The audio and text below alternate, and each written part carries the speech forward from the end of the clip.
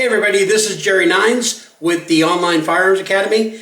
This is the double action video. So, posted a video just about a day ago on single action, and now we're following up with double action. You may remember that originally I had put those into one, and it turned out to be like an hour-long video, and I didn't want to do that to you. So, we talked about single action, as I said in the previous video.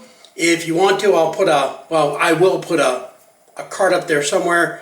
If you don't know the difference between single action and double action, go ahead and give that video a watch. The entire thing's only 8 minutes long, and I think it will be a useful entree into this video today.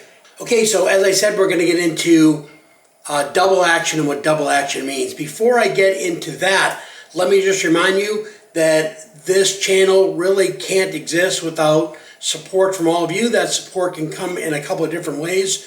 One, of course, is just simply to like and subscribe. Another is to hit the link that shows below to buy me a cup of coffee. That's like a one-day, or I guess a one-time only, $3 or $5 if you wanted to give it to the channel. I take anything from there and I intend to reinvest it right back into the channel. I say intend to because as of this video, I haven't gotten any cups of coffee or Patreons. What is Patreon, you might say? Well, that's kind of like buying me a coffee on a regular basis. So you can go ahead and you can say, hey, you know what? I like Jerry9s content so much that I think I've set up for like $5 a month. You can just go in there and say, yeah, you know, I want to help this guy out for a few months, and I don't have to keep reminding myself to do it. Either way, that's something that if you want to help me out with, that would be great. But if not, don't worry about it. Enjoy the video. All right, so double action.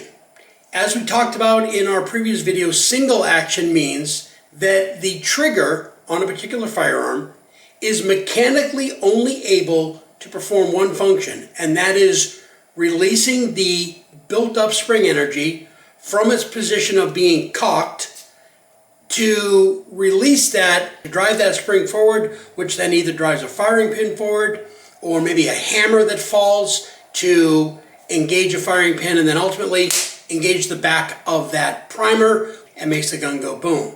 We're going to go ahead and we're going to demonstrate double action, and we're going to start off just like we did in the single action video. We're going to start off with revolvers. If you want to stick around, you can see after the end of everything in this video, I'm going to show you a detailed loading of this particular revolver. Now you might say, hey Jerry9s, you've said many times that we don't have ammunition in the studio. We don't have loaded guns in the studio.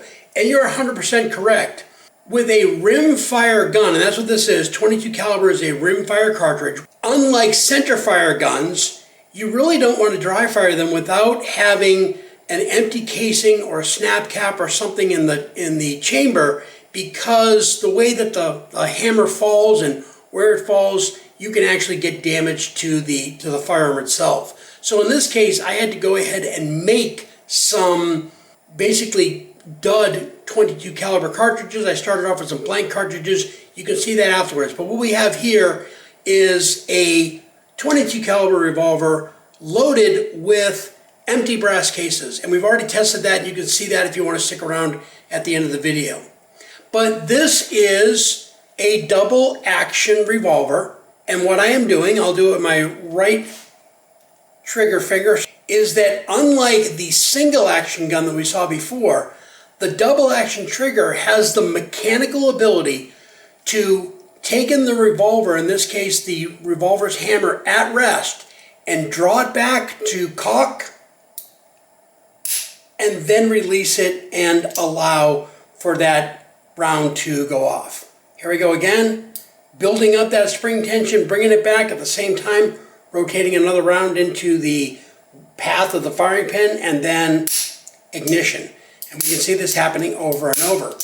Now, this particular revolver, and a lot of revolvers that have this exposed hammer, also give you the ability to fire the gun in single action mode. So that's why I really wanted to get this gun on camera, because it does show the difference. This is a single action shot. I'm only using the trigger for one reason, which is to release the hammer, release that spring tension, or double action, which is where we go ahead and we can see that we're using the mechanism that links the trigger to the hammer to draw that back and then release it.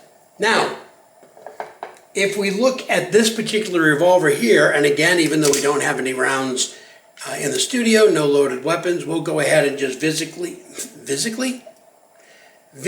and physically inspect. I do have 5 empty chambers in this gun. That means empty, being careful not to point it at myself. And in this particular revolver, we can again see that we are double action shooting, okay?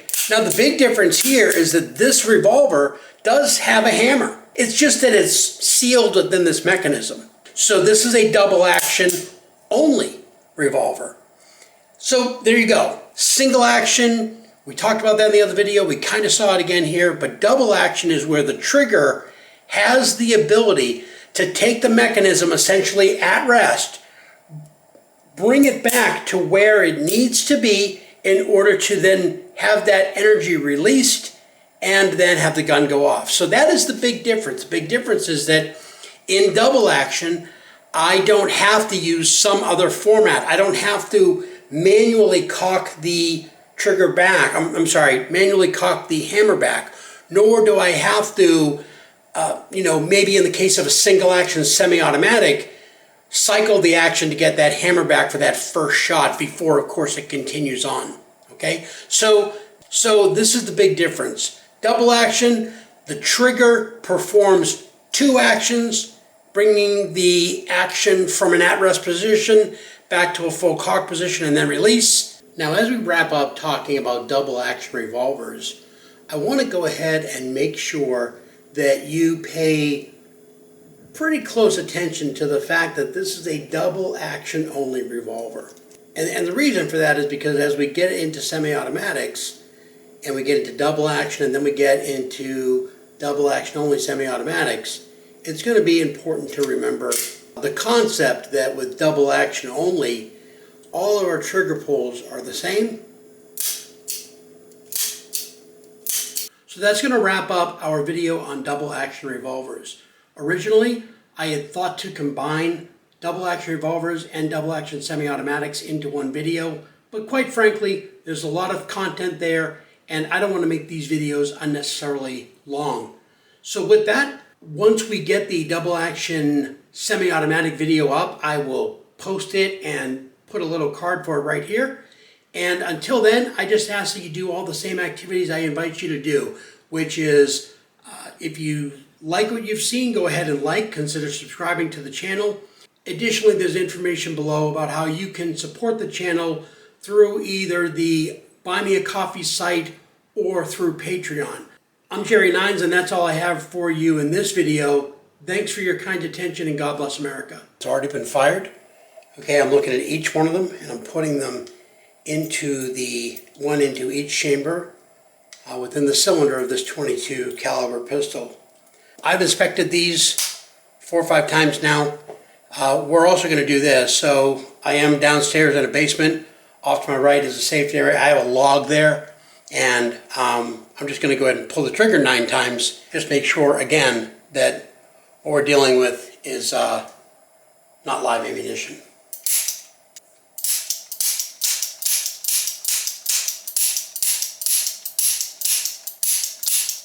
Well, 15, so we're good. Thanks.